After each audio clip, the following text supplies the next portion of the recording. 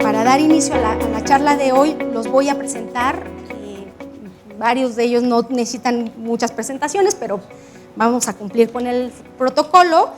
Inicio con el doctor Sarukhan, coordinador nacional de la CONABIO, es biólogo por la UNAM, en 1964, maestro en ciencias agrícolas por el Colegio de Postgraduados y doctor en ecología por la Universidad de Gales. En la UNAM ha sido profesor de la Facultad de Ciencias desde 1973, investigador y luego director del Instituto de Biología y coordinador de la investigación científica y rector por 2 periodos, de 1989 a 1997.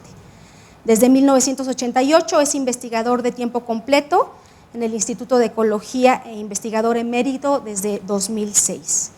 Sus principales áreas de interés académico han sido la ecología de poblaciones, los sistemas, la ecología global, la biodiversidad, el darwinismo, así como aspectos de educación superior, ciencia y tecnologías ligadas al desarrollo. Y en 1991 propuso al gobierno federal la creación de la Comisión Nacional para el Conocimiento y Uso de la Biodiversidad, misma que dirige desde 2010.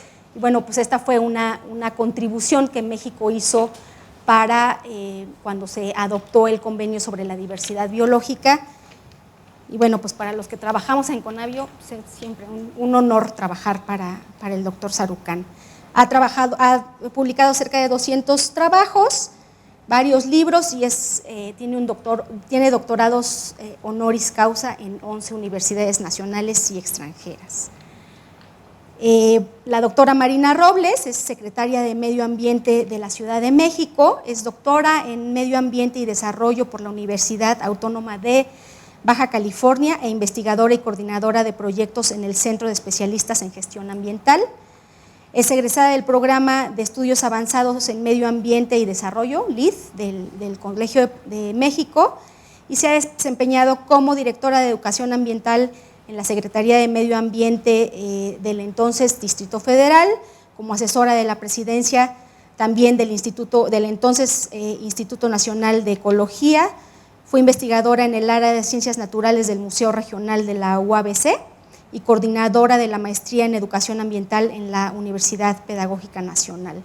Ha colaborado con diversas universidades como la UNAM, la Universidad Iberoamericana y la de Colima, y ha coordinado proyectos locales, regionales e internacionales con la Comisión Ambiental Metropolitana, la Semarnat, la CONABIO, la CONAFOR, la CONAMP, la Comisión Europea, entre otras. Y bueno, a partir de 2018, de diciembre de 2018, es la secretaria de Medio Ambiente del Gobierno de la Ciudad de México. El maestro Harald Lossack es el director de programa y coordinador del clúster de biodiversidad de la GIZ, la Cooperación Alemana para el Desarrollo en México. Trabajó desde 1995 hasta 2003 en Brasil.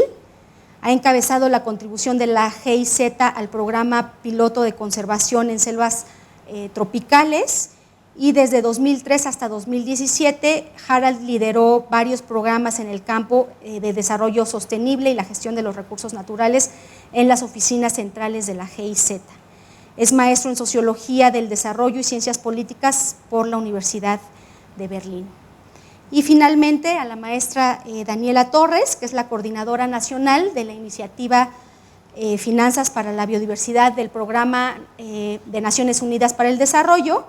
Actualmente, bueno, ya dije, durante 10 años ha trabajado en el desarrollo de políticas públicas, financiamiento climático, financiamiento multilateral y estructuración de proyectos de la deuda pública en la Secretaría de Hacienda y Crédito Público, así como del Banco Central. Durante este tiempo también fue asesora del Punto Focal Nacional y miembro del Fondo para el Medio Ambiente Mundial, el GEF, por sus siglas en inglés, así como de la Autoridad Nacional Designada y miembro de la Junta del Fondo Verde para el Clima. Participó en el diseño de políticas para el funcionamiento de los fondos verdes y en diversos procesos de negociación sobre la capitalización de fondos y bancos multilaterales y bilaterales. Tiene una licenciatura en Administración y Negocios por la Universidad Panamericana y la Escuela de Wharton de la Universidad de Pensilvania. Entonces, bueno, para dar inicio a esta charla, les voy a platicar muy brevemente la dinámica. Vamos a terminar a las 7 en punto porque también hay compromisos que atender que no van a permitir extendernos, pero la idea es que yo inicie con una pregunta general. Cada uno de los ponentes van a tener entre 15 minutos para hacer una exposición general. Posteriormente tendremos una siguiente intervención por cada uno de ellos, de más o menos 10 minutos, y al final podremos recibir preguntas del público y también, bueno, estamos transmitiendo vía streaming en Facebook de la página de Conavio, entonces también recibiremos preguntas del público vía la página de Facebook y tendrán algunos minutos para responder estas preguntas y tendrán al final unos como 2 a 3 minutos de cierre para poder terminar a tiempo.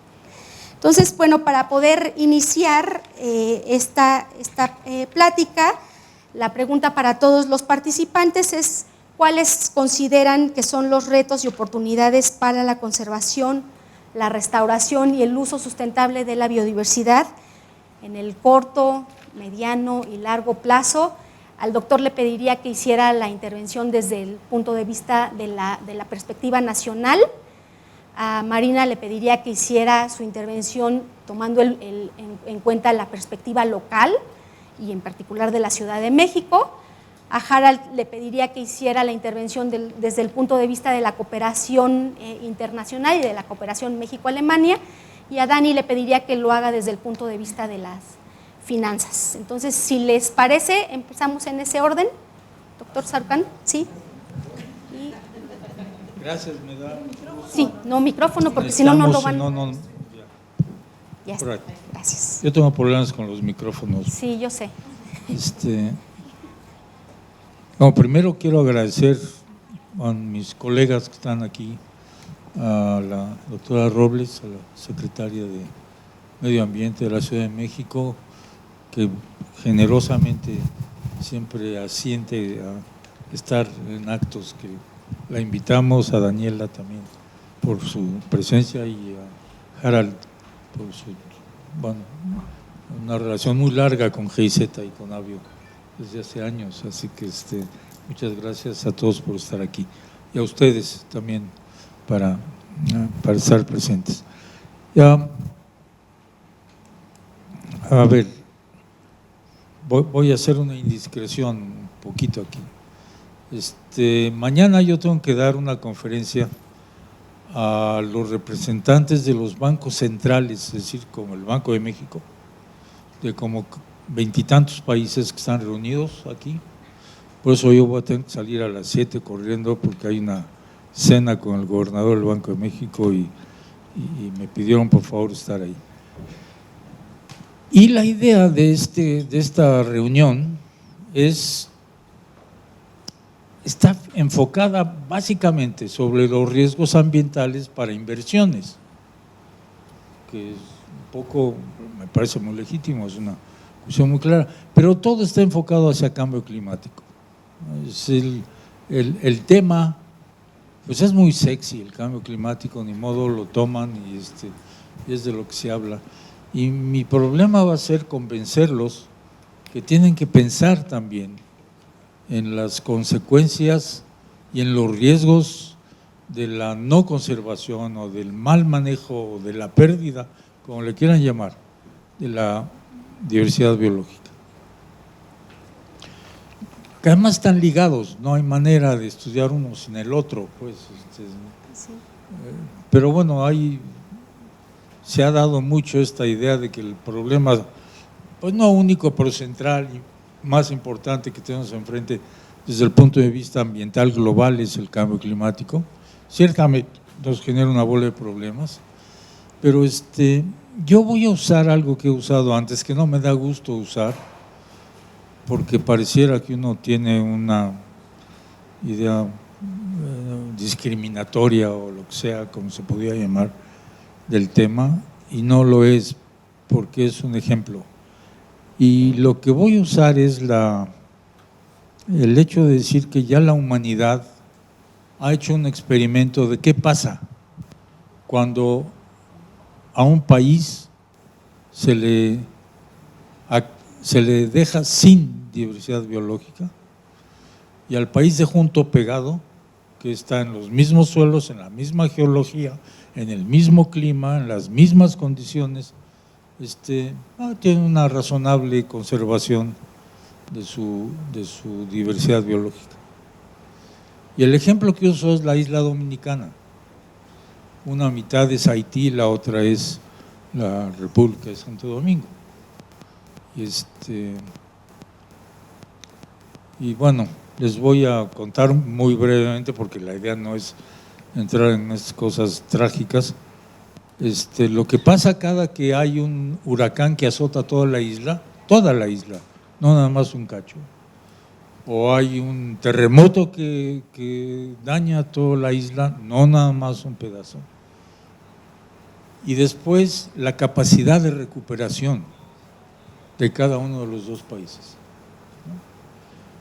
Y bueno, no creo que les tengo que contar, si leen un poco las noticias, lo que ha pasado después de esos huracanes, especialmente del terremoto último que hubo en la isla, los daños en vidas humanas, los daños en la infraestructura y la incapacidad de recuperarse de un país, en este caso es Haití, y lo mismo en el caso de la República Dominicana, ¿no?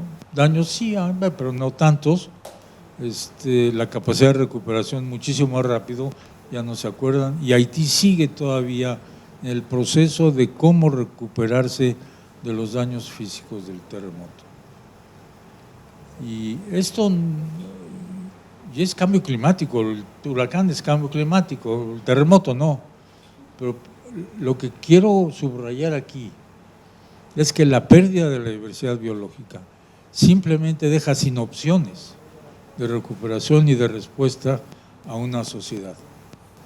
Y no es el único ejemplo, por eso no es el que me parece que es mejor como experimento, porque está el experimento hecho en un lugar y el control en el otro, y eso no es fácil de encontrar en el planeta, ¿no? Y la única razón por que lo uso es porque es un buen ejemplo, no porque tenga yo ninguna cuestión de mala presencia con Haití o buena con la República Dominicana. Y esto lo estamos teniendo y lo estamos viendo en muchas partes.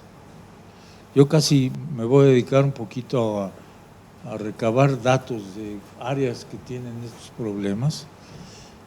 Y hace semanas que Conavio generó más todavía, qué bárbaro, no puede ser, un índice de integridad ecosistémica, es decir, de qué tan completos están los ecosistemas en México, estado por estado. Salió algo que yo esperaba que iba a salir, porque pues he trabajado mucho en ese estado, lo he visitado de arriba abajo prácticamente, y no me sorprendió cuando vi que el último lugar en la conservación, en la integridad de los ecosistemas, era Veracruz. Y Veracruz se asemeja muchísimo a estas circunstancias. Y no tiene nada que ver con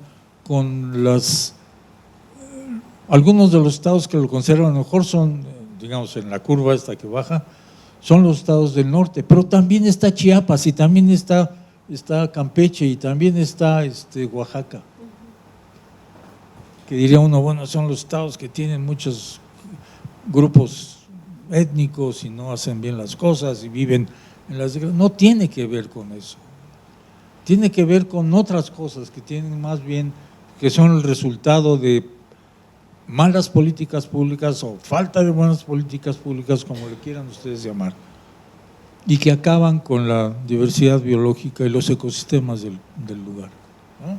Por mucho que ustedes vean que Veracruz es un estado verde, se ve verde, pues lo que se ve verde es el pasto de todas las praderas en que está convertido el lugar, ¿no? Y no creo que tengo que entrar en detalle de los índices de desarrollo de la población de Veracruz y de pues el estado de vida, el bienestar, las opciones de salud, de educación, etcétera, que tiene esa instancia. A mí me parece que hay ejemplos ya muy claros, sin querer entrar en una cosa crítica que parecería malsana de las diferentes entidades donde estamos teniendo estas cosas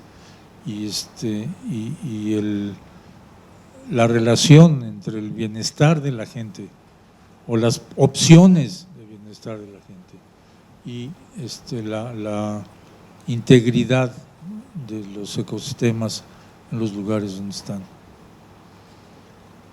Tampoco es la cosa de que las culturas son las que conservan esto, porque pues no es mucho el caso de los estados del norte, ¿no? Que además son muy grandotes y relativamente hablando, pues no tienen tantos grupos étnicos como los tienen Chiapas o Oaxaca o Campeche o algunos de estos, o el mismo Yucatán, pues. Es algo más que esto, y ese algo más es justamente la matriz ambiental que permite poder tener opciones de respuesta a problemas, a desarrollo, a una serie de posibilidades de respuesta ante catástrofes o ante problemas de este tipo. Yo espero que los voy a convencer a los señores de los bancos centrales, no a que dejen de pensar en el cambio climático, sino que empiecen a pensar que ahí hay toda una serie de elementos que tenemos que conocer, porque son elementos de riesgo para esto. Ellos lo ven como cuestiones de inversión, yo lo veo más como cuestiones del bienestar de la gente.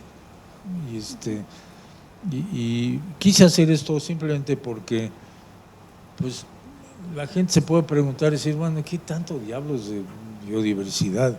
Y hay que conservarla y demás. Es que es la matriz que ha soportado la vida en este planeta, incluidos nosotros. Pero eso no es una cosa tan clara como el hecho de que, bueno, pues hay una gran sequía y esto produce problemas y cosas de este tipo.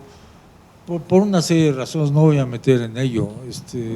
El tratamiento de los problemas de cambio climático es de un tipo, el de la pérdida de la diversidad biológica es totalmente otro, es una cosa mucho más local, mucho más ligada a las culturas, a las condiciones de cada sitio. Yo creo que esto es un punto que debemos tomarlo. La valoración de los ecosistemas, sus servicios, es algo que no está mal, pero es más bien un ejercicio simplemente de corroborar que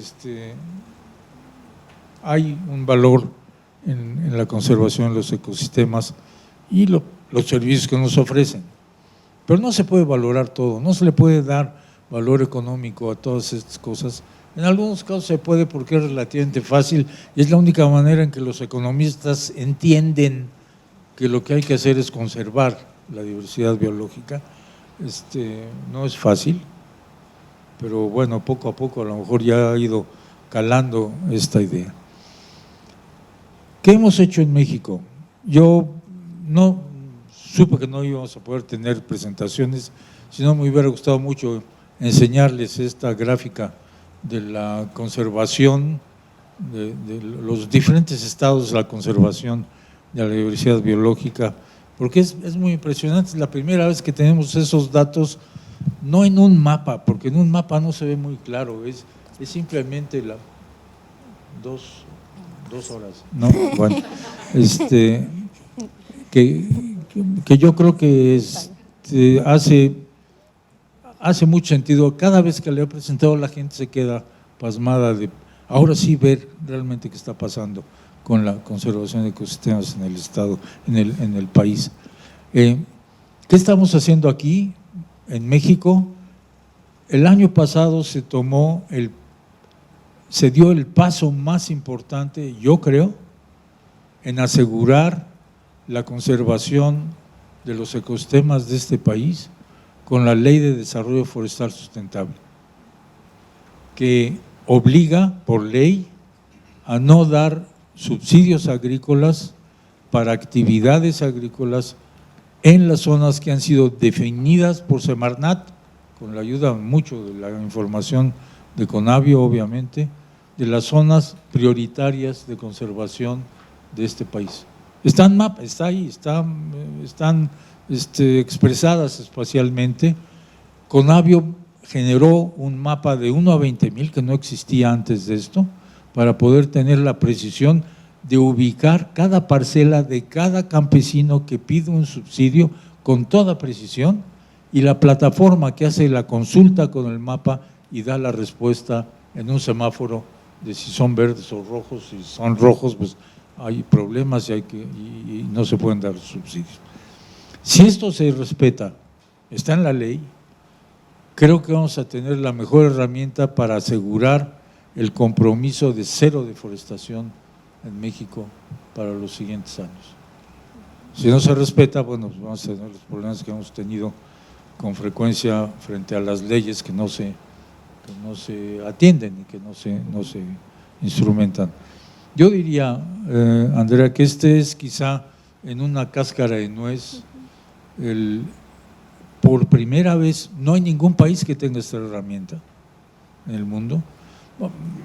No hablemos de Austria o Liechtenstein o Bélgica, pues que ya no tienen, decir lo que está, ya está, y las áreas agrícolas están definidas desde hace cientos de años, y claro, han podido reforestar algunas áreas.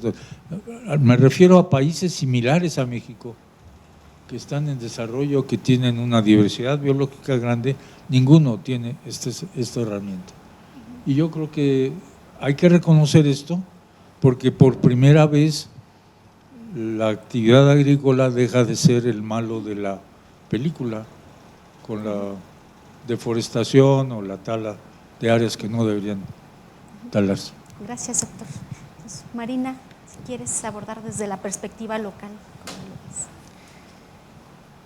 Qué pena quitarle el micrófono, doctor. Habría que seguirlo escuchando a usted. Muchas gracias, un privilegio estar, por supuesto, aquí con esta compañía.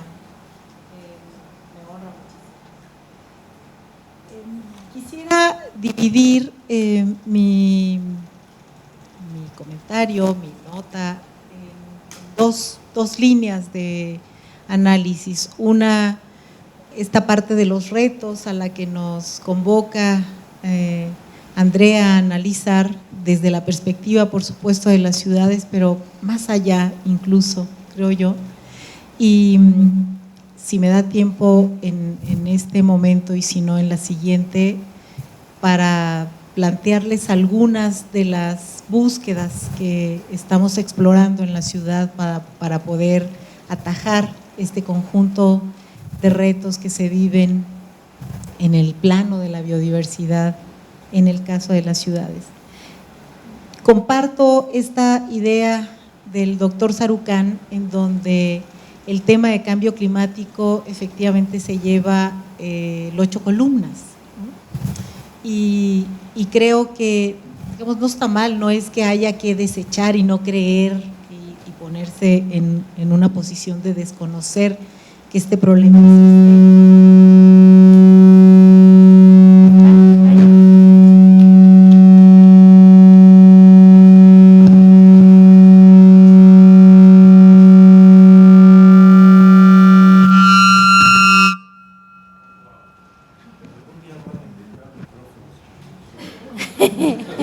Hola, sí, 1, 2.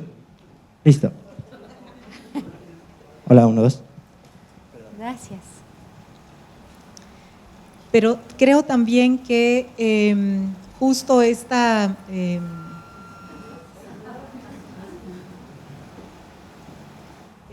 gran nota de las 8 columnas del cambio climático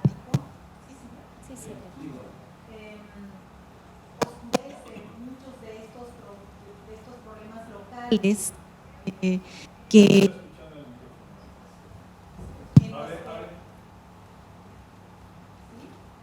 en los que deberíamos ocupar. Es el caso justamente de la biodiversidad. Yo creo que en el caso de las ciudades y en el caso particular de la Ciudad de México, mucho de la historia de esta ciudad, la larga historia de crecimiento y la forma de crecimiento y este desprendimiento que la sociedad ha tenido y este distanciamiento con la naturaleza, pensando que las ciudades se mantengan limpiecitas dentro de esta mancha de cemento, es uno de los mayores retos que tenemos como sociedad. Afortunadamente creo que está cambiando, ¿no? Pero me parece que la idea de que la naturaleza estaba allá afuera y además que la naturaleza había que cultivarla, que dominarla, que controlarla de alguna manera porque era inculta, y mantenernos en este espacio urbanizado, medio aislado, aséptico, limpiecito, de esto que estaba aparentemente sucio. Yo creo que ese es un reto grande que tenemos, que es un replanteamiento de esto que consideramos y cómo nos consideramos en este espacio del que somos parte. Y tiene que ver con una falta de valoración de este entorno y de esto que es parte de nosotros. Quiero poner un par de ejemplos de qué significa esto en términos de operación o de convocatoria a una sociedad que forma parte de una ciudad y con la que hay que trabajar para transformar una ciudad, un sitio o cualquier cosa. Una de las cosas que sucede de vez en cuando en el mundo es que cuando se cae un avión que trae en promedio 200 personas, se hace una gran noticia y hay una gran impresión entre el mundo en general. Es muy impactante. Y las estimaciones que hay de la cantidad de muertes por problemas de calidad del aire muestran que aproximadamente el equivalente a creo que son algo así como 7 millones de muertes al año, sería equivalente a que se cayeran más o menos 4 aviones por hora, ¿no? Y sin embargo, no nos impresiona tanto.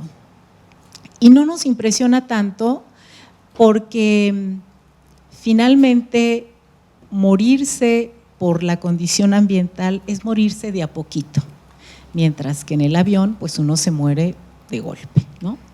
Y creo que esa parte que tenemos como sociedad de, pues si nos vamos muriendo poquito, como que no nos importa tanto, ¿no?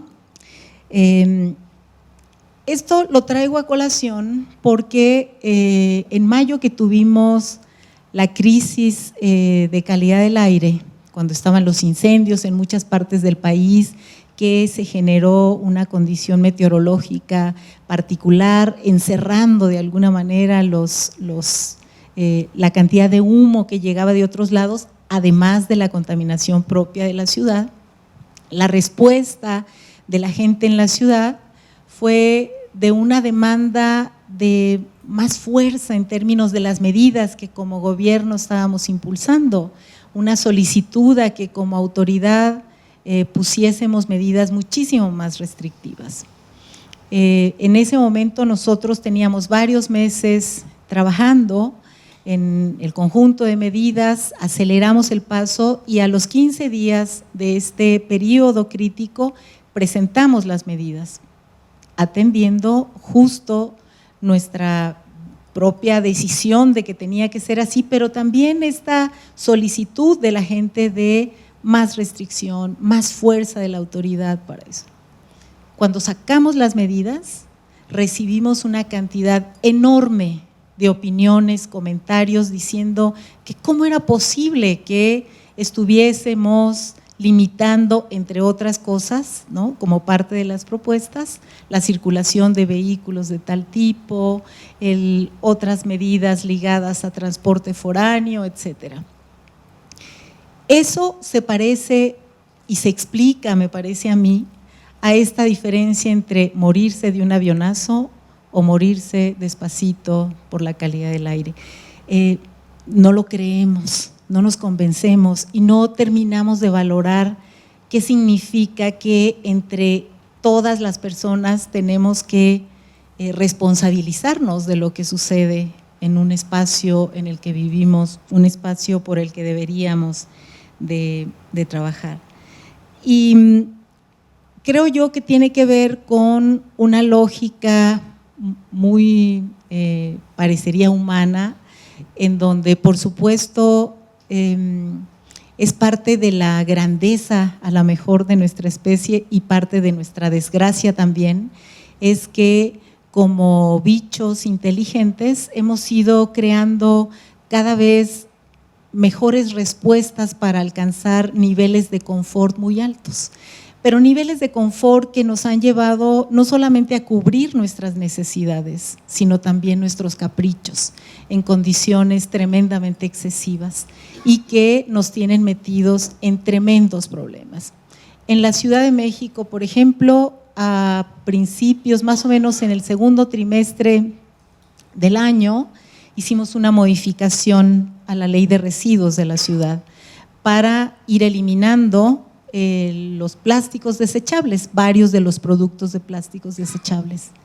Hemos ido avanzando con una resistencia enorme de muchos grupos y cuando uno revisa la cantidad de sitios y la cantidad de problemas que generan muchos de estos plásticos, suena extraño que la gente, una vez que lo ve en la modificación de su conducta particular, en ese momento empieza a resistirse a aquello que cuando le dijeron así de manera abstracta y de colectividad que había que hacer algún tipo de ajuste, le parecía muy bien, pero cuando le toca a ella decidir que ya no conviene usar y que no debe usar cierto tipo de materiales o debe restringir la forma en la que usa cierto tipo de cosas, en ese momento aparece la resistencia. Y creo que son parte de los puntos que traspasan el espacio de las ciudades. Por supuesto, está muy acentuado en las ciudades porque nos hemos convertido en una población principalmente urbana, pero no es exclusiva, ¿no? Sucede en los lugares más remotos y pequeños de nuestro país y de nuestro planeta. Creo que es uno de los retos que como sociedad en su conjunto tenemos que resolver y tenemos que resolver de manera individual, pero por supuesto también en el espacio colectivo. Gracias. Pues ahora, no sé, Harald o Daniela, cualquiera de los dos. Pues. Daniela. Bueno, pues muchísimas gracias. Me da gusto ver caras conocidas de la charla de la semana pasada. Me siento muy afortunada de poder formar parte de este panel con grandes personajes que han dedicado mucho de su tiempo a la conservación y el uso sustentable de la biodiversidad, y pues a mí me toca la parte fea de la historia, que es financiamiento. Entonces trataré de hacerlo ameno y motivador sobre todo. Ya el Convenio de Diversidad Biológica nos dice el gran reto que representa cubrir las metas de conservación. Hablamos de aproximadamente 300,000 millones de dólares por año, que sabemos que esto está completamente fuera del alcance del sector público.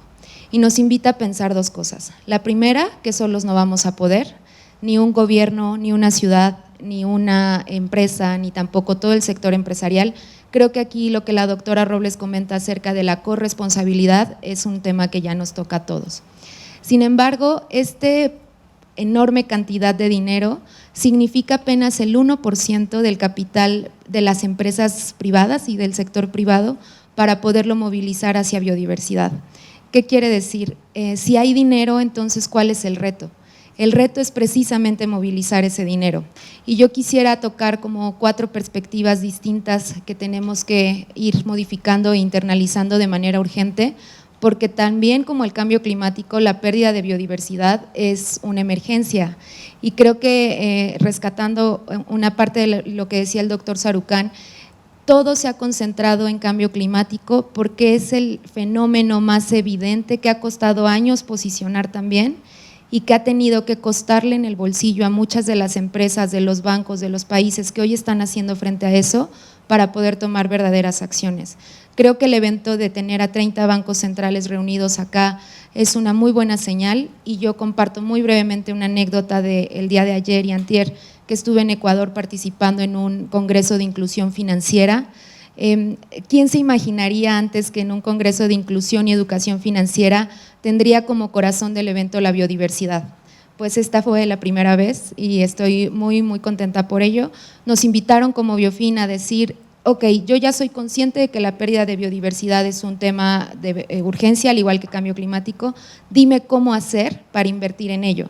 Y creo que aquí toca también un poco entender desde el lado del sector financiero, piensan mucho de manera lineal, diciendo la rentabilidad es el corazón de mis negocios y hasta que yo no demuestre la rentabilidad no puedo invertir en algo, mucho menos que no conozco.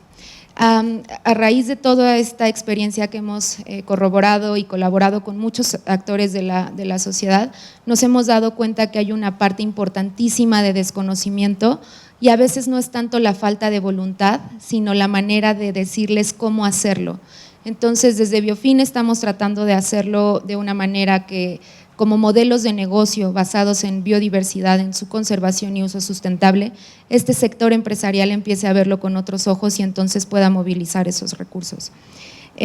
Hay muchos sectores que hoy ya sabemos que son altamente rentables, que pueden competir incluso en mercados especializados, como recursos genéticos, especies, las humas, que están muy desaprovechados en nuestro país y que sí podemos hacer un cambio sustantivo en esto de la mano de las buenas políticas públicas, de la corresponsabilidad, de incluso del poder del consumidor para exigir productos y bienes de calidad, pero también del lado empresarial de decir, si tú no inviertes en esto ahorita, se va a significar, hablando el lenguaje de los financieros como les gusta escucharlo, significa pérdidas en el largo plazo. Entonces, cuando tú les dices esto te va a generar costos muchísimo más altos en el futuro, es cuando el cambio empieza a ocurrir.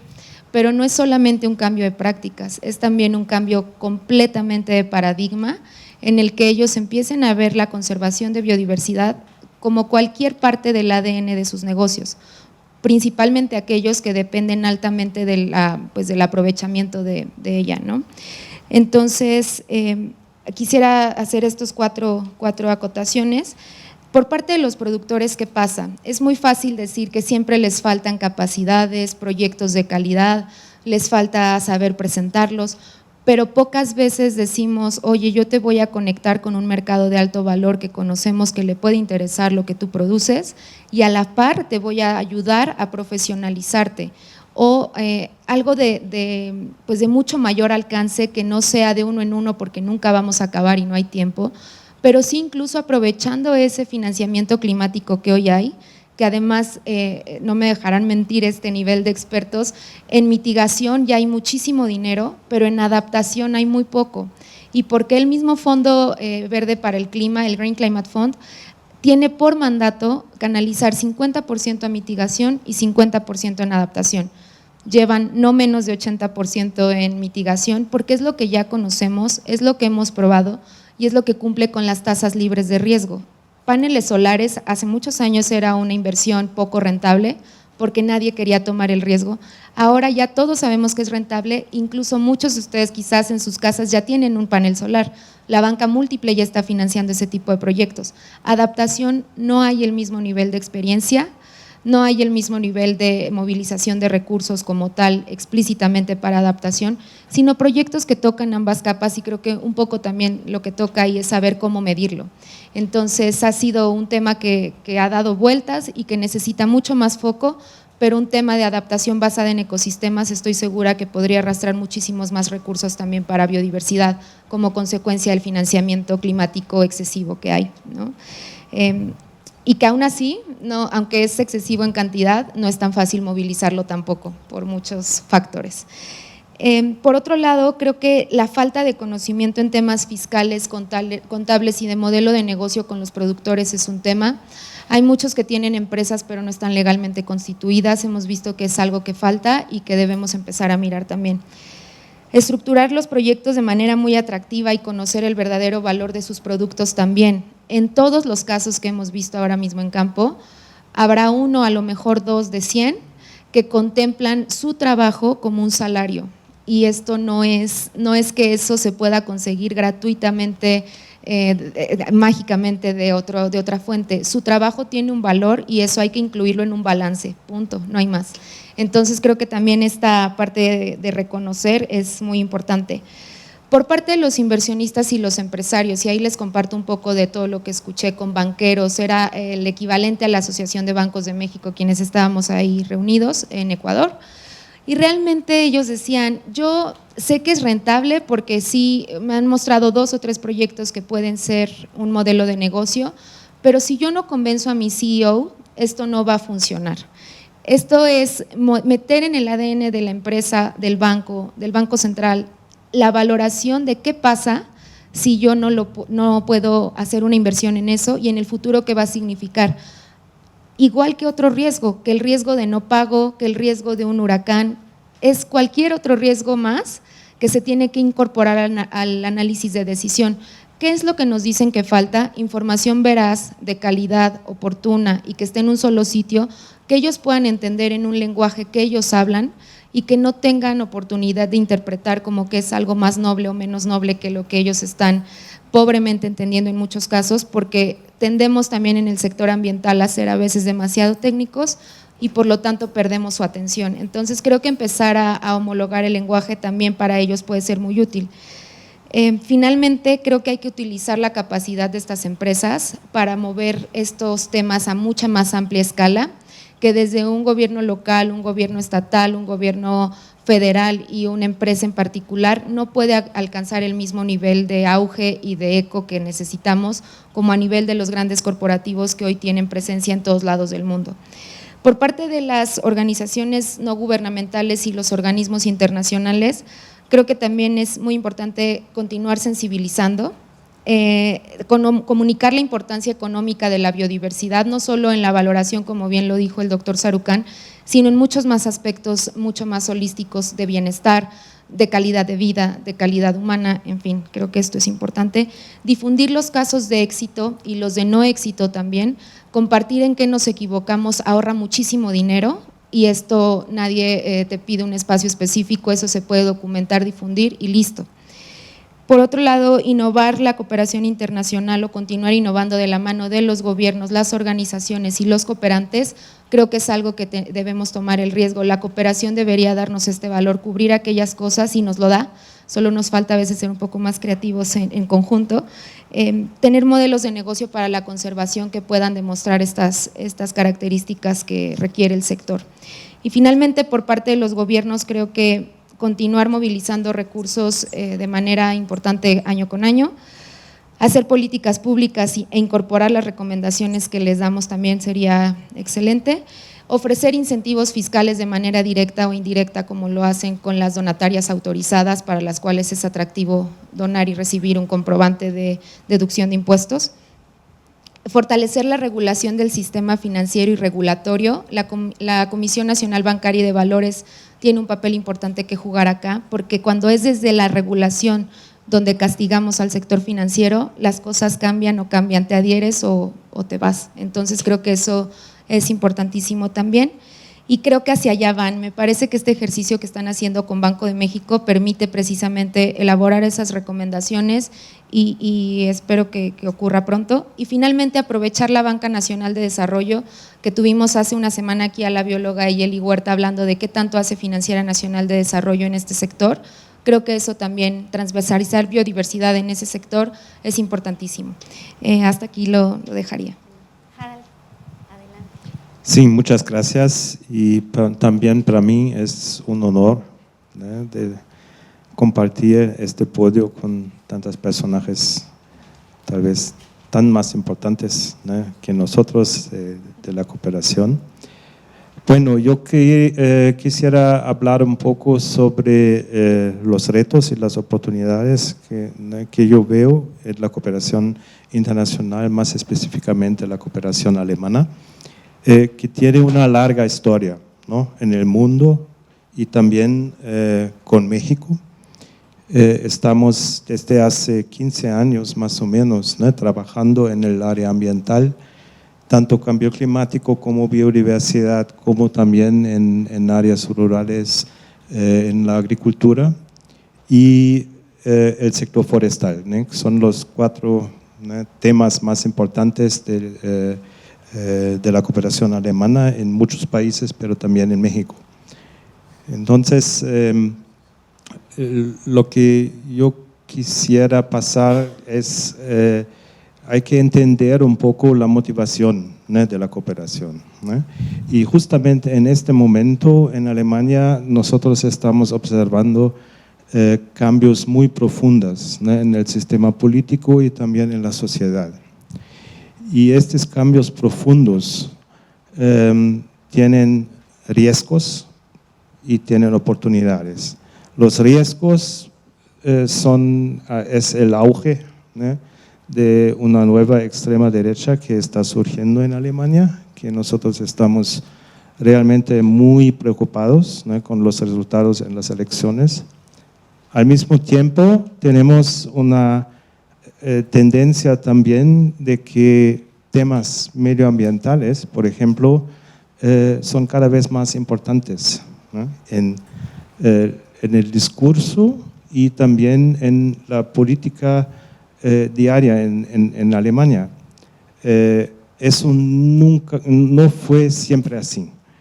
En los últimos 10 años o 15 años, el tema ambiental fue un tema de los verdes, del Partido Verde, ¿no? Y obviamente con los cambios, el Partido Verde está creciendo. Al mismo tiempo, los otros partidos están levantando también la bandera del medio ambiente por razones electorales, por un lado, pero también por la presión de la sociedad. Y tenemos muchos ejemplos, ¿no?, también de una movilización, por ejemplo, de los jóvenes, ¿no? Los movimientos Friday for Future no surgió en Alemania, pero hubo una atención bastante fuerte y entonces todos los viernes, ¿no?, hay manifestaciones de jóvenes muy radicales y esto también llevó a resultados en las elecciones, por ejemplo, para el Parlamento Europeo, donde los partidos tradicionales perdieron votos y los verdes y otros ganaron votos. Y entonces hicieron encuestas, ¿no?, cuáles fueron los motivos, ¿no?, para este cambio en la votación, y descubrieron que muchos de los ciudadanos en Alemania ya no estaban contentos, ¿no?, con las respuestas que el gobierno y los partidos tradicionales dieron a la cuestión del cambio climático y también otras cuestiones ambientales. Entonces, en este momento, ¿no?, cambió, ¿no?, los partidos tradicionales ¿no?, modificaron su discurso y ahora todos son verdes, ¿no?, todos son verdes. Bueno, pero eso tiene un impacto también en la política de cooperación, porque la política de cooperación en Alemania reacciona, ¿no?, a estos cambios, ¿no?, en la sociedad. Nosotros no tenemos una política autónoma, pero está siempre relacionado con el sentimiento, ¿no?, en la población. Y con estos cambios, ¿no?, nosotros también vemos muy grandes probabilidades y oportunidades de un aumento de fondos para la cooperación internacional, y eso también ya se manifestó, porque, por ejemplo, en la conferencia en Nueva York, ¿no?, nuestra primera ministra simplemente dobló los fondos, ¿no?, para el financiamiento al cambio climático o el combate al cambio climático, de 2.000 millones de dólares para 4.000 millones, ¿no?, de dólares. Entonces, esas cifras completamente inusitadas para nosotros, ¿no?, que ya tienen una cierta tradición en la cooperación, significan que tenemos recursos, pero no tenemos todavía los medios o las fórmulas inteligentes, ¿no?, para aplicarlas, ¿no? Entonces, esto es un reto bastante grande. Yo creo que tenemos recursos, pero todavía estamos en una situación un poco complicada, ¿no?, de bajar los recursos y aterrizarlos, ¿no?, en la política. Otros retos son retos más, no sé si son más simples, pero nosotros vivimos una situación en la cooperación en que todo tema ambiental tiene su cancha, ¿no? Cambio climático, biodiversidad, desertificación, cuestiones de agricultura. Y lo que nosotros estamos tratando de hacer, ¿no?, porque en última instancia en el territorio, ¿no?, la población vive una situación crítica, ¿no?, y a ellos no les interesa, ¿no?, si es por causa del cambio climático, por causa de la pérdida de la biodiversidad o la desertificación. Ellos quieren una solución, ¿no?, para sus problemas. Entonces, lo que nosotros estamos haciendo o tratando de hacer, de combinar un poco, ¿no?, estas agendas internacionales y tratar de canalizar también los fondos para temas que son en común, ¿no? Por ejemplo, adaptación y biodiversidad, protección a la biodiversidad o de los recursos naturales. No son dos mundos diferentes, es la misma cosa, ¿no? Cuando yo tengo un proyecto de protección de manglares, por ejemplo, ¿no?, es adaptación y es protección de los recursos naturales. Entonces, ¿no?, es un poco, ¿no?, el chip, ¿no?, que nosotros tenemos que cambiar en nuestras cabezas y también en las cabezas de los otros sectores. Ahí es un poco la cuestión de cómo hacer de la protección, de la conservación de la biodiversidad y de los servicios ecosistémicos una materia transversal en los otros sectores, ¿no? Porque solamente en áreas naturales protegidas nosotros no vamos a garantizar, ¿no?, la protección o la conservación de los sistemas, de los servicios ecosistémicos. Nosotros tenemos que pensar en los otros actores que están en el campo, en el territorio, y normalmente, ¿no?, son empresas, ¿no?, es la ganadería, es la agricultura tradicional. Entonces, lo que hicimos junto con México, ¿no?, porque era la COP13, ¿no?, en Cancún, que realmente cambió un poco la perspectiva de la biodiversidad para ver, ¿no?, el mainstreaming o la introducción, la integración de la biodiversidad en los otros sectores. Y entonces nosotros cambiamos también nuestra nuestra cooperación con México para realmente atender a esta demanda, ¿no? Entonces trabajamos con los sectores de agricultura, con pesca, con bosques, ¿no? Y con el sector de turismo para, ¿no?, justamente, ¿no?, elaborar un poco o mostrar y identificar, ¿no?, los valores que la biodiversidad tiene y los servicios ecosistémicos tienen para estos sectores, porque en última instancia el turismo en Quintana Roo no va a sobrevivir, ¿no?, si degrada el ambiente, ¿no? Nadie va, ningún turista alemán o europeo o cualquier otro país va a visitar una playa llena de sargazo, ¿no? Entonces, estos problemas ambientales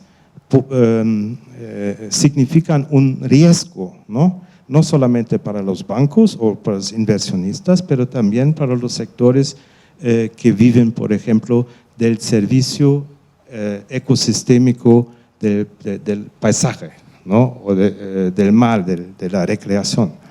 Entonces, construir estos vínculos, ¿no?, y podría hablar sobre muchos otros sectores, es un reto que nosotros tenemos, pero también una gran oportunidad que nosotros tenemos juntos, ¿no?, para transversalizar un poco, ¿no?, la cuestión de la biodiversidad, de la protección de la biodiversidad en los otros sectores. Y por último, quisiera hacer 2 comentarios todavía. Estamos, porque tradicionalmente la cooperación con temas de biodiversidad o servicios ecosistémicos estaba muy ligado al campo, ¿no?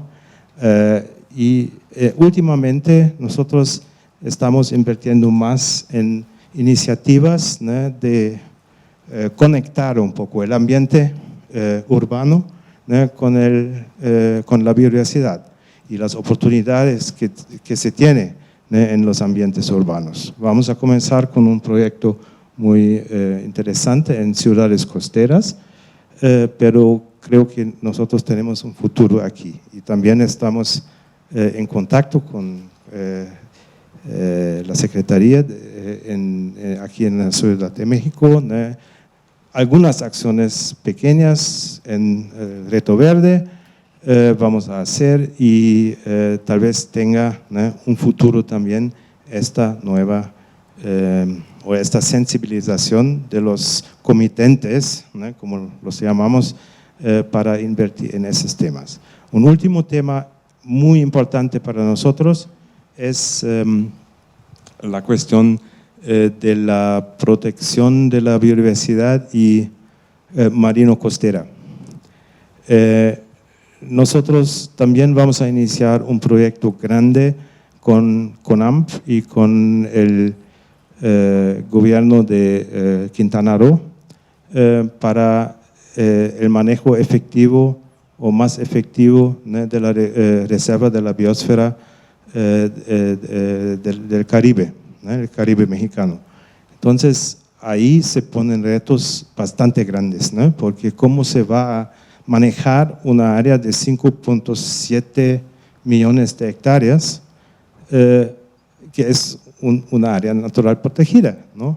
No se puede hacer de la misma forma como Capopulmo, ¿no?, en Baja California. Entonces, hay retos bastante grandes, pero creo que toda esta cuestión de los mares y de la biodiversidad marino-costera, ¿no?, es una gran oportunidad para el futuro y que podemos invertir mucho más. Me alargué mucho, disculpen, pero son muchos aspectos. Por mi longitud de hablar, no mencioné que el otro elemento que tenemos para la conservación de la diversidad biológica, que es una herramienta enormemente importante en este país, es el sistema de áreas naturales protegidas, que está ahí, que está funcionando y que con muchos problemas, con poco apoyo, con todo esto, pero que ha ido marcando una ruta muy clara de conservación, y esto tenemos que cuidarlo, hay que valorarlo, hay que revalorarlo en términos de la importancia que tiene.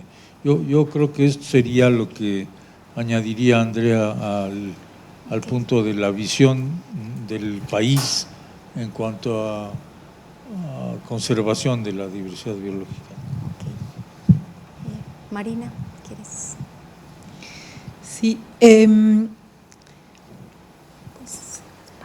En la ciudad, una de las cosas que hemos planteado y que la doctora Sheinbaum presentó el 5 de junio fue un programa ambiental compuesto por 7 ejes, 4 de ellos más en la perspectiva de adaptación y 3 en una perspectiva más de mitigación, con un componente de adaptación también, cada uno de ellos. Y me quiero detener en unos cuantos de ellos, 2 que son más un enfoque de cómo todos estos proyectos que componen los 7 ejes estratégicos se dirigen, y uno de ellos tiene que ver con un problema de la ciudad muy fuerte que tenemos y que seguramente no es novedad para nadie de las personas que vivimos acá, y es que la ciudad está dividida más o menos en 2 y a la mitad. Un poniente que tiene una riqueza y un acceso bastante bueno a áreas verdes, en donde hay también una gran oportunidad de empleo, de educación, y un oriente que tiene todo lo contrario. Y entonces uno de los enfoques que han orientado el diseño de los programas y de las políticas en la ciudad es disminuir esta desigualdad entre el oriente y el poniente de la ciudad. Y el corazón de muchos de los proyectos que tenemos es precisamente dirigido a mejorar el acceso, la cantidad de áreas verdes y calidad de esas áreas verdes en el oriente.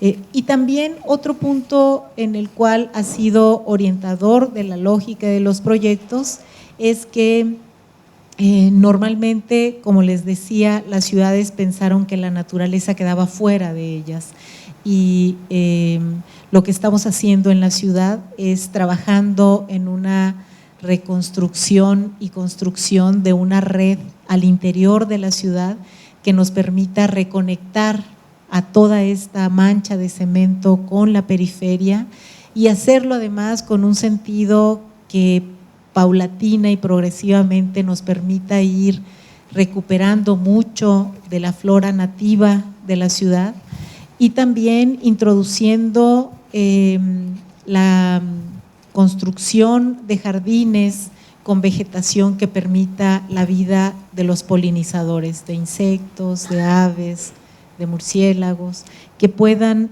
ayudarnos a recuperar mucho del problema que tenemos.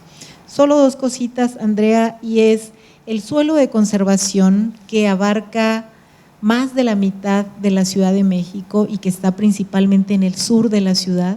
Es una zona importantísima para la vida de la ciudad, en todos los sentidos, por la cantidad de agua que ahí se filtra, por el aire que ahí se limpia, por la riqueza biológica que alberga toda esta zona, y también por la riqueza cultural que tiene. Es principalmente un suelo que tiene propiedad social, comunal o ejidal, y es un suelo que durante muchísimo tiempo ha estado abandonado y desconocido por quienes vivimos en la ciudad.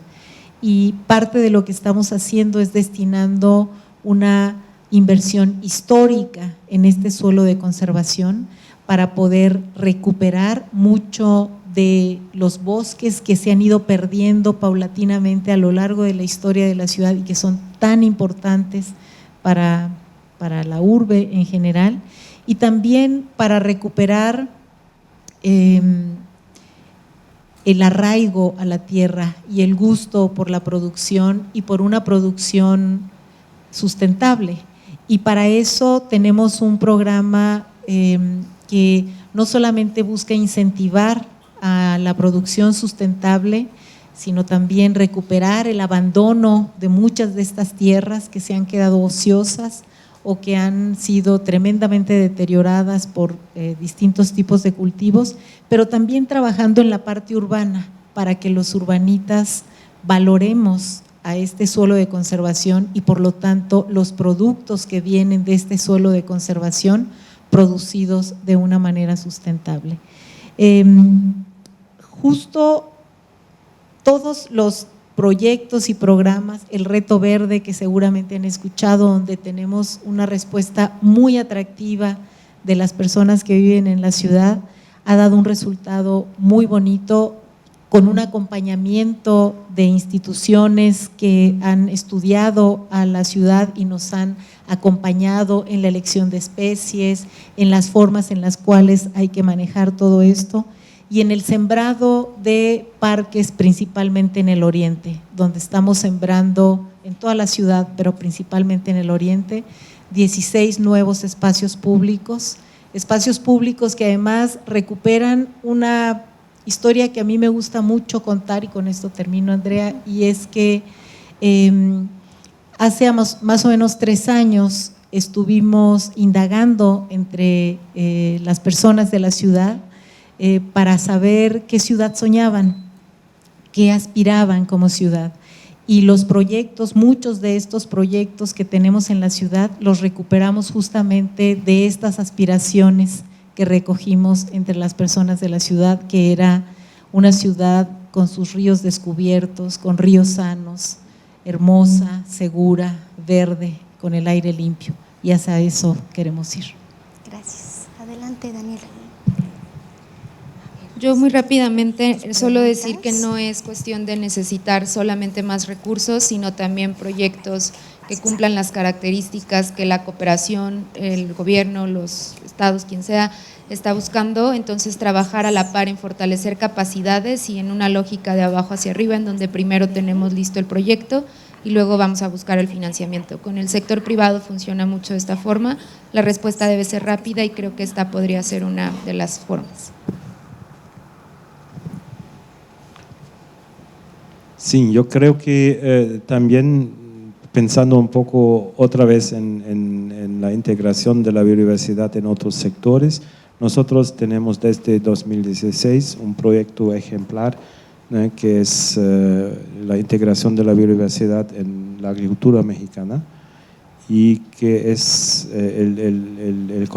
la contraparte es la SADER, no es el Semarnat. Semarnat tiene un papel, un rol importante, pero la contraparte principal es SADER, y también tenemos un consejo, donde está CONABIO, donde está Semarnat, pero es importante que nosotros llevamos la idea de la conservación de la biodiversidad y de los servicios ecosistémicos a estos sectores.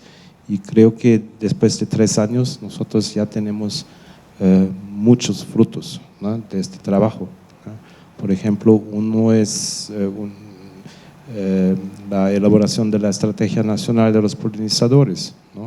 Es un reto bastante grande, pero involucra un número enorme de entidades, de actores, mucho más del sector agrícola, pero también ambiental y de la sociedad civil, de CONAPESCA, de INIPESCA. Entonces, esto es un poco un ejemplo que quisiera dar para este tipo de integración en otros sectores. Entonces, y tenemos un centro de integración de la biodiversidad en SADER, que es todavía el único en el mundo. Es simple, pero no existe en otros países, Entonces, pero hay muchos retos, nosotros tenemos en 2020 un año bastante importante para la conservación.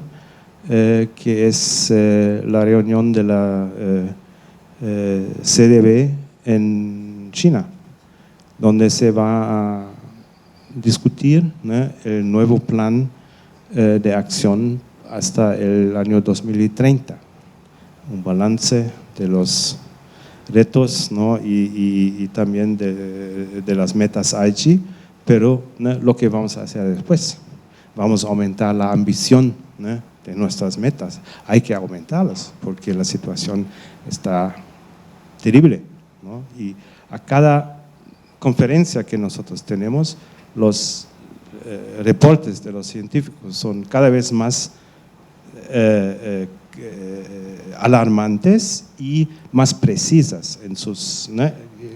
¿Quién dice hoy que yo no quiero yo no acredito en los resultados, ¿no? Ya no existe eso, ¿no? Es un fato, ¿no? Y nosotros tenemos que responderlo y tampoco tenemos tanto tiempo. Entonces, esta conferencia será muy, muy importante porque va a definir lo que vamos a hacer en la próxima década. Gracias, Harald. Bueno, nada más un poco para redondear justo lo que han estado platicando, que ha sido muy interesante desde la perspectiva nacional, la local, la perspectiva de financiamiento y de cómo es la cooperación ambiental, que da justo mucho el marco a la exposición que formulamos, ¿no? ¿Por qué una exposición sobre biodiversidad en un museo de economía? O sea, hace 10 años nos hubieran tildado de locos, ahora pues cae muy normal porque justo pues mientras no incorporemos el valor de la biodiversidad en todas nuestras decisiones económicas, pues lo que está pasando es lo que decía el doctor Sarukhan, estamos socavando la matriz ambiental y estamos quedando sin opciones de respuesta, incluso para nuestra propia supervivencia. Entonces, en ese sentido es que pues tenemos que hablar de financiamiento, ¿no? Los biólogos románticos como yo nunca nos hubiéramos imaginado que teníamos que hablar de financiamiento de la biodiversidad. Yo estudié biología porque era mala para las matemáticas y, ¿no?, o sea, desilusión, siempre he tenido que ver con matemáticas y ahora tengo que ver con esto dinero, de cuánto cuesta, cuánto perdemos, y tiene que ver con, pues no la monetarización de la biodiversidad, pero sí hay que poner en una balanza qué es lo que perdemos cuando deterioramos esa matriz ambiental, ¿no?, los costos de oportunidad que llaman los economistas. Entonces, bueno, para terminar, les hemos pasado las preguntas, muy seguramente no van a poder contestarlas todas, yo diría, escojan la que les parezca más interesante o que aborda, y si nos da tiempo hacemos otra ronda, pero ya estamos con el tiempo, entonces empezamos con Harald para cambiar el orden. Yo tengo una pregunta para la mesa en general. Atendiendo a la creciente urbanización en México y en el mundo en general, ¿qué acciones se llevan a cabo desde sus espacios para atender la pérdida de la biodiversidad, la promoción de ciudades con naturaleza? Bueno, ya hablé un poco, ¿no?, sobre una nueva línea de cooperación, ¿no?, para quebrar un poco, ¿no?, esa dicotomía entre ciudades y el campo, ¿no?, o naturaleza y mundo urbano. Porque nosotros pensamos, ¿no?, que el concepto de trabajar con paisajes, ¿no?, es bastante adecuado, ¿no?, porque involucra a las ciudades y involucra a las vidas. Entonces, claro que tenemos el concepto de áreas verdes en las ciudades, ¿no?, pero también en el área de transporte, ¿no?, de introducción de ciclovías y todo un conjunto, ¿no?, de medidas que pueden ser tomadas, pero principalmente en los tomadores de decisión, ¿no?, cambiar un poco el chip, ¿no?, en la parte de los actores verdes, vamos a decir, ¿no?, de dejar de encarar a la ciudad como amenaza a la naturaleza, ¿no?, y al mismo tiempo cambiar un poco la idea de los habitantes de la ciudad, de que la naturaleza es un campo libre que podemos expandir y no hay problemas con eso, ¿no? Nosotros tenemos que ver las interdependencias, ¿no?, entre campo y ciudad y superar estas dicotomías. Dani, siguiente. Las voy a leer en el orden y voy a contestar la primera. ¿Cómo fomentar la educación financiera y su relación con la biodiversidad para las generaciones del futuro? Creo que esta es la parte que abordaba un poco desde el punto de no trabajar solo con el sector ambiental o solo con el sector financiero, sino una mezcla de los dos, y esto tiene que empezar desde la educación básica, tanto la parte de educación financiera, inculcar el emprendedurismo en temas sustentables, sostenibles, que no sea algo que te hace distinto, sino que sea un factor común, principalmente con los retos que incluso hay de crecimiento de población y de empleo también para jóvenes o ninis, ¿no? Y por otro lado, trabajar de la mano de los reguladores, que es lo último que mencionaba en mi intervención, es indispensable. En México tenemos una semana de la educación financiera y la inclusión financiera, que es organizada justamente por la Comisión Bancaria, por la Conducef, por la Secretaría de Hacienda, y ellos ya no son indiferentes a estos temas. Entonces, el ejemplo del Congreso en Ecuador es un gran ejemplo a nivel región, en donde uno de los corazones de la temática del Congreso financiero es pérdida de biodiversidad o sustentabilidad, como lo queramos ver. Entonces, creo que esa es la forma, integrando biodiversidad en todos los sectores de manera transversal. Gracias, señor. Yo tengo dos preguntas. Una, lo que hace es preguntar qué tanto de lo que se podría hacer para conservar, restaurar, se está haciendo. Bueno, pues no sé, para decir el 100%, pues necesito saber la cantidad para decir estamos haciendo cachos. Pero bueno, es muy importante que nos demos cuenta que en México ha habido avances importantes en ese sentido, yo diría que ejemplares. El sistema de áreas naturales protegidas es realmente un modelo espléndido, reconocido.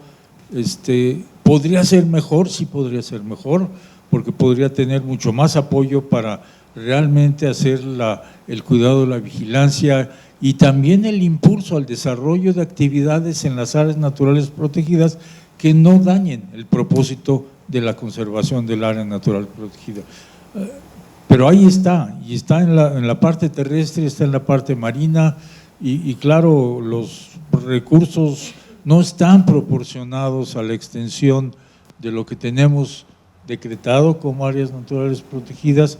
Eso es lo que debería mejorar para realmente poder manejar este sistema de una mucho mejor manera. Además de las áreas naturales protegidas, tenemos otro sistema, que son las unidades de manejo ambiental, las UMAS, que fueron creadas en los tiempos de Semarnap, con P, y que es una de las razones de por qué los estados del norte tienen mucho mejor conservación de sus ecosistemas, porque la gente recibe beneficios del manejo de esto con fines, por ejemplo, cinegéticos, que es lo que es muy común en la parte norte, en donde cada licencia, que cuesta a veces cientos de miles de dólares, $200,000 o algo así, para borregos cimarrones, por ejemplo, se queda en la comunidad y la comunidad se beneficia de esto. Pero también tenemos ejemplos de manejo de empresas comunitarias, como las forestales, por ejemplo. Yo cada que pregunto cuál es el país que tiene más empresas forestales comunitarias certificadas como sustentables, todo el mundo se va a Finlandia, a Noruega, a Suecia, y es México. Ahora la gente se queda pasmada viendo si no le estoy tomando el pelo por el asunto. Y algunas de estas, y no son una o dos, son muchas, son empresas manejadas por el ejido que tienen certificación internacional como sustentables y que están no nada más cortando la madera sustentablemente, sino convirtiéndola en valor agregado que acaba, por ejemplo, una de ellas que conozco, que es Ixtlán de Juárez, vendiendo muebles a IKEA, que es una compañía internacional que compra muebles nada más que están garantizados de haber sido producidos sustentablemente. ¿Por qué no tenemos más?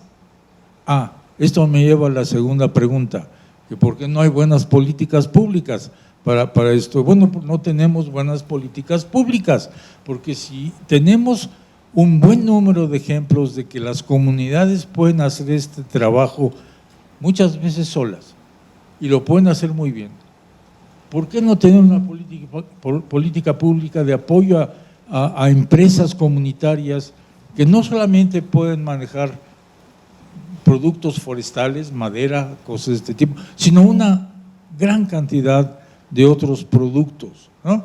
de los ecosistemas, de las selvas, de los bosques, de las praderas o de los matorrales en donde la gente vive y que puede obtener bienes que les producirían ingresos adecuados para poder vivir bien y conservar los ecosistemas en los que están. Otra vez tenemos muchos ejemplos de que esto jala, porque no tenemos las políticas públicas para esto. Bueno, primero porque necesitamos gente un poco más ilustrada en donde salen las políticas públicas, pero segundo, porque no tenemos presión social para que estas políticas públicas se den. Y mientras no haya una presión social que está fundamentada en el conocimiento de las cosas y que exige que estas cosas ocurran, va a ser muy difícil que haya las buenas políticas públicas que requerimos. ¿Qué estoy diciendo con esto? Que sí, requerimos funcionarios cuidadosos, atentos y sensibles a estas cosas, pero lo que requerimos más es la acción de una sociedad informada, voy a usar una frase muy mexicana, con los pelos de la burra en la mano, que demuestran de cómo hay que hacer estas cosas. Y también tenemos ejemplos de que esto pasa. Yo creo que aquí tenemos ya muchos elementos de esto. Necesitamos que quienes están sensibilizados a estas cuestiones realmente se organicen, funcionen y hagan los cambios que ya se están dando en algunos lugares en el país. No van a venir solas, las políticas públicas se generan por la presión pública, pero una presión pública que no es de gritos y sombrerazos, sino de razones, argumentos y hechos y datos. Y esto es lo que yo creo que deberíamos tener mejor aquí. Gracias, doctor. Adelante, Marina. Bueno, hay 4 líneas de preguntas. Una tiene que ver con las ondas de calor y las islas de calor. Sobre esto, además de una serie de estudios que estamos haciendo en la ciudad con apoyo de varias universidades nacionales e internacionales, estamos, digamos, revisando dónde atender, cómo prever y cómo prevenir a la gente. Pero más allá de la parte de la atención inmediata que estamos haciendo, los trabajos asociados a la recuperación de ríos, que es otra de las líneas de trabajo muy intensas y de gran ambición y de las cosas que yo creo que a cualquiera que vivimos en la ciudad nos llena de gusto, es parte del trabajo que va a permitir prevenir y disminuir y prepararnos y darle futuro a la ciudad, ¿no? Y entonces la recuperación de ríos en donde ahora, y cuerpos de agua, ahora este año empezamos con uno de ellos y el próximo trabajaremos en 4 más que hemos estado estudiando y planeando con distintas instituciones de investigación pública, investigadores de la ciudad y del país. Creo que nos van a ir construyendo mejores oportunidades de regeneración ambiental de la ciudad.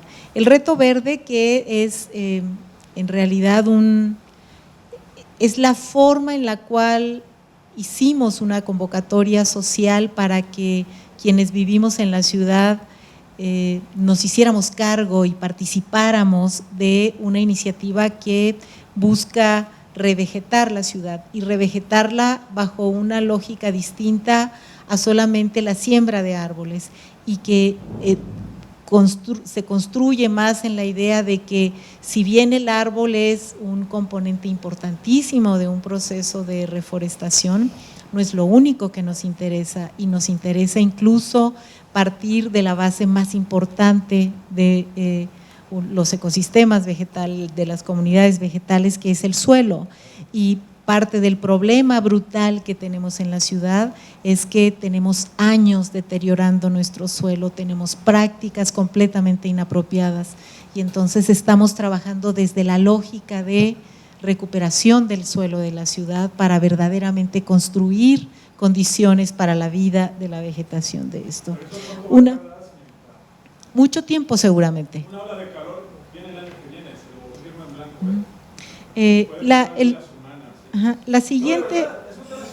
Bueno, ¿nos permites seguir con la dinámica, por favor? El siguiente tipo de pregunta que hacen tiene que ver con los residuos. Y aquí fíjense que el corazón del trabajo que estamos haciendo con los plásticos en particular es buscar una concientización ciudadana y por supuesto una serie de acuerdos y de cambios en la legislación que hemos hecho para eliminar los plásticos, los productos de plásticos desechables, que inicia el 1 de enero con las bolsas y el 1 de enero de 2020, dentro de 27 días, ¿no? Y el 1 de enero de 2021 vamos a continuar con otro conjunto de productos, y así tenemos que ir como sociedad avanzando en estas mejoras. Otra de las cosas que creo y que tiene que ver con una de las preguntas es las lógicas asociadas tanto a la conservación como a la planeación en general necesitan un trabajo de diseño de políticas de abajo hacia arriba, que permitan recoger mucho tanto de las necesidades como de las aspiraciones, pero también del conocimiento popular. Y creemos que una combinación entre el conocimiento experto con este conjunto de aspiraciones y necesidades de la gente en una combinación pueden generar mejores oportunidades para planear, para ordenar una ciudad. La otra es, los tiempos de recuperación de los ecosistemas no es un asunto de días. Nos hemos tardado, más bien hemos pasado muchísimos años deteriorando nuestros ecosistemas. El tiempo de recuperación puede ser muchísimo mayor que el que nos tardamos deteriorándolo. Es una desgracia eso. En el caso de la Ciudad de México, en este primer año se están invirtiendo 145,000 millones de pesos para poder hacer este sembrado de parques, estos nuevos proyectos de movilidad que vamos a continuar a lo largo de los siguientes años, estos proyectos de inicio de la recuperación de los ríos, porque tampoco es que en 6 años se recupere un ecosistema como estos ríos que debieron haber sido maravillosos en algún momento en esta ciudad. Entonces, sí se necesita muchísimo trabajo ya en este momento, que es lo que estamos haciendo, pero los procesos de recuperación ecológica tardan mucho más tiempo que el que nosotros quisiéramos que se tardara. Gracias, muchas gracias a todos. Bueno, con esto daríamos por finalizada la charla en este sentido. Justo como mencionaba Harald, el próximo año será un año muy importante para la biodiversidad, porque los gobiernos de todas las naciones del mundo estarán adoptando un nuevo marco global para la biodiversidad para el 2030, y en el que esperamos que se lleguen a acuerdos justo con este cambio transformacional de qué es lo que debemos hacer para poder recuperar la matriz ambiental de los países, del mundo, y poder asegurar nuestra propia supervivencia. Y sobre eso pues también estamos justo trabajando, ¿no?, desde el ámbito local, el ámbito nacional, el ámbito internacional, para poder retroalimentar todas estas experiencias.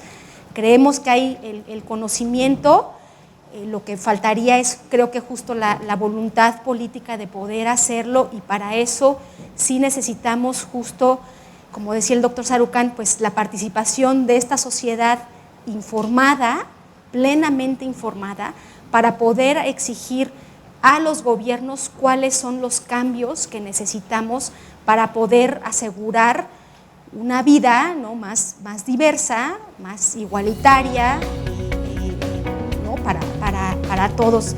Pues muchísimas gracias a todos los ponentes, muchísimas gracias.